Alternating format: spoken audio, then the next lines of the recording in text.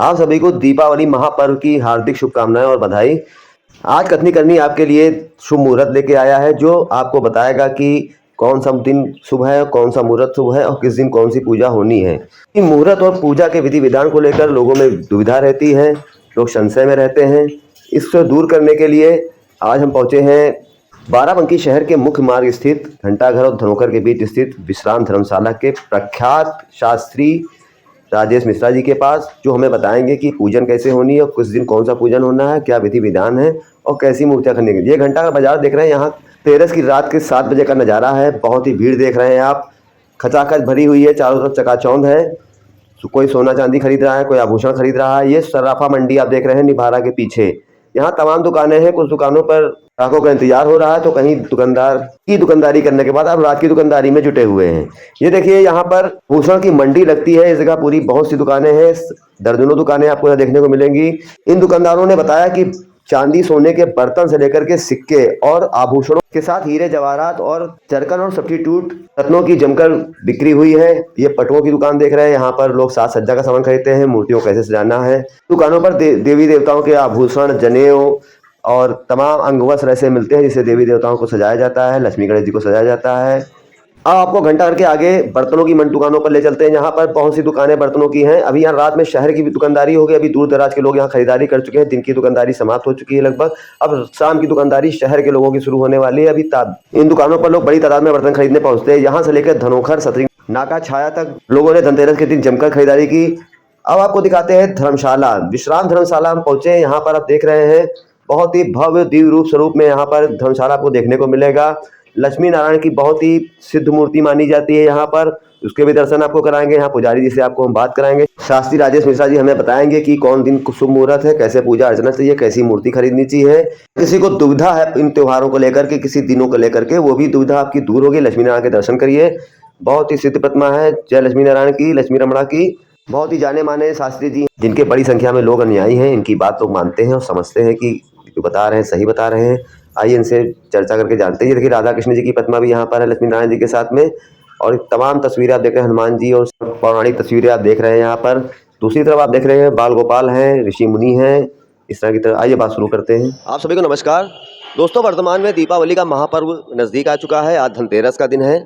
धनतेरस से लेकर के भैया दूज तक का शुभ मुहूर्त क्या है, किस दिन कौन सा पर्व है, और बीच में कोई दुविधा है तो ऐसे उस दुविधा के निराकरण के लिए विश्राम धर्मशाला के पुजारी शास्त्री जी राजेश मिश्रा जी हैं हमारे साथ में, जो हमें जानकारी देंगे जिससे आप लोग जान सकें कि किस दिन कौन सा पर्व मनाएं और शुभ मुहूर्त क्या है। स्वागत है आपका कथनी करनी पर। तो शास्त्री जी, पहला सवाल ये है कि आज धनतेरस का दिन है, तो धनतेरस का शुभ मुहूर्त क्या है, कितने बजे से धनतेरस लग रहा है? आज धनतेरस का मुहूर्त क्या है कि 2 बजे के बाद त्रयोदशी लग जाएगी। तो नियम यह है कि जब त्रयोदशी लग जाए उस समय जो भी हमें धनतेरस की पूजन करना है, यह भी जो एक परंपरा चली आ रही है कि कोई नई वस्तु आज के दिन खरीद करके घर में लाई जाए। धनवंतरी भगवान का पूजन भी कर सकते हैं, और जो भी वस्तु हमें खरीदनी है, जो कि जो परंपरा चली आ रही है, वो 2 बजे बाद करना चाहिए। वैसे आज के दिन जो ये पर्व है, तो वास्तव में आज के दिन भगवान धनवंतरी समुद्र मंथन के समय हाथ में अमृत कलश ले करके और आंवला ले करके उस औषधियों को ले करके प्रकट हुए थे। तो नियमता आज के दिन आयुर्वेद वालों को धनवंतर भगवान का पूजन करते हैं नियमता। और चूँकि आज की मान्यता भी लक्ष्मी जी भी प्रकट हुई थी, तो लोग उसको भी जोड़ करके कुछ धनात खरीदना, व्यय करना, लेना, ये सब परंपरा जोड़ दिए हैं। मुख्य रूप से आज धनवंतर भगवान की ही पूजा करनी चाहिए, और उसमें विशेष करके आयुर्वेद के सिद्धांत के अनुसार आज के दिन अपने को आरोग्य रखने के लिए धनवंतर भगवान से विशेष करके प्रार्थना करनी चाहिए।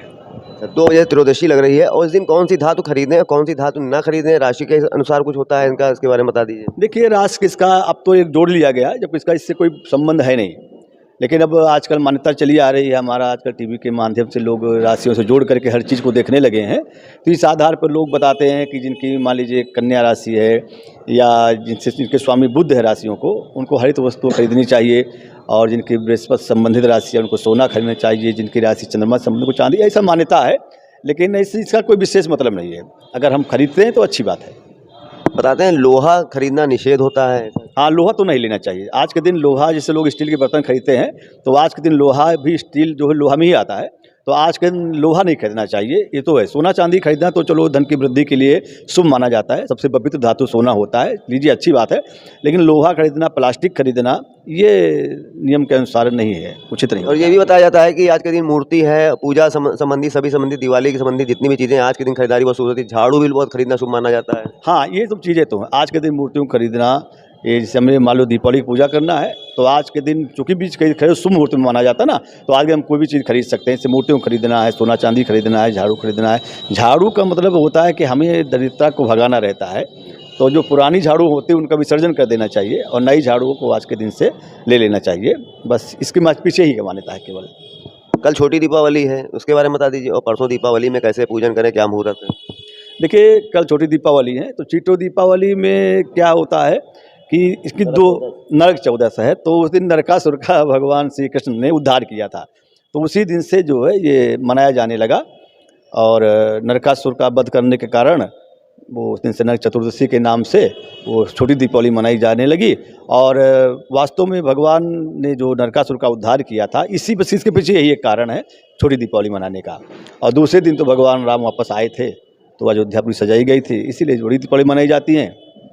और मुहूर्त जो है वास्तव में कल वैसे तो कल त्रयोदशी रहेगी 2 बजे तक, 2 बजे के बाद चतुर्दशी लगेगी। तो सायंकाल जो दीपावली के एक दिन पूर्व दीपक जलाया जाता है, नरक चतुर्दशी का दीपक शाम को जलाया जाता है, उस शाम को जलाया जाए तो कोई दोष नहीं है, क्योंकि शाम को कल 2-2:30 बजे के लगभग में मान के चलिए कि चतुर्दशी लग जाएगी और फिर तो रात में पूरी चतुर्दशी रहेगी। तो रविवार को दीपावली पड़ रही है, उसका शुभ मुहूर्त? दीपावली का शुभ मुहूर्त ये होता है कि वैसे तो इसमें भी वही है कि 2:12 पे रविवार के दिन अमावस्या लग जाएगी, तो इसलिए सायंकाल के समय तो दीपक जलाया ही जाएगा। शुभ मुहूर्त की बात आती तो 2 लग्न इसमें विशेषकर श्रेष्ठ मानी थी, ब्रख लग्न और सिंह लग्न। तो ब्रख लग्न जो है वो सायंकाल को 5 बजे से लेकर के और 7 बजे तक है। दूसरी जो सिंह लग्न है वो रात में 12 बजे से लेकर के 2 बजे तक है। तो इन 2 लग्नों में पूजन करना स्थिर लग्न मानी जाती है, विशेष करके सिद्धिप्रद माना गया है। और इसमें जो पूजा हम लोग करते हैं दीपावली में, वो सबसे सिद्धिप्रद और सबसे शुभदायी होती है।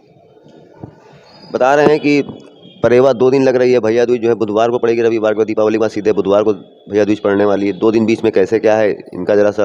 अब देखिए, सोमवार को जो अमावस्या है वो भी लगभग 2:15 तक है, तो प्रतिपदा में ही गोवर्धन पूजा की जाती है। तो अगर कोई करना चाहे तो 2 बजे के बाद कर सकता है सायंकाल के समय, अन्यथा जो ये पूजन है वो मंगलवार को ही उचित है, क्योंकि जिस तिथि में सूर्योदय होता है वो तिथि हमारे यहाँ सर्वोपरि मानी जाती है। तो इस हिसाब से परेवा तिथि का मान जो है वो मंगलवार को ही है। इसी तरह से बुधवार को द्वितीया का पूजन होगा, भैया दूज का जो पूजन होता है वो बुधवार को ही होगा। और क्योंकि वो सुबह के समय बहनें पूजन करती हैं सूर्योदय के बाद, तो वो क्योंकि बुधवार को जो द्वितीया है वो 2-2:30 बजे तक रहेगी और मंगलवार को 2:30 बजे के बाद लगेगी। तो इसलिए उचित यही है कि भैया दूज की पूजन जो है वो बुधवार को ही किया जाए।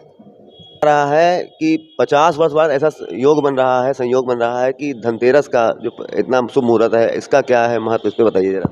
देखिए, ऐसा कुछ नहीं, ये तो एक टीवी वालों की फैलाई हुई बातें हैं। हर बार कुछ वो कुछ बता देते, जब भी कोई मुहूर्त आता है तो हमारे कुछ ज्योतिषी हैं जो इधर उधर के, वो बता दिए 50 साल बाद आया, 100 साल बाद आया। ऐसा कुछ नहीं है, मुहूर्त वही होता है जो भी मुहूर्त आता है, क्योंकि उसमें क्या नया आएगा भाई? त्रयोदशी है, त्रयोदशी आई हुई है, तो इसमें नया कुछ हो ही नहीं सकता है। ये तो भ्रमित करने वाली बातें हैं कि हमारा 50 साल बाद आया, 100 साल बाद, ऐसा कुछ इसमें नहीं होता है।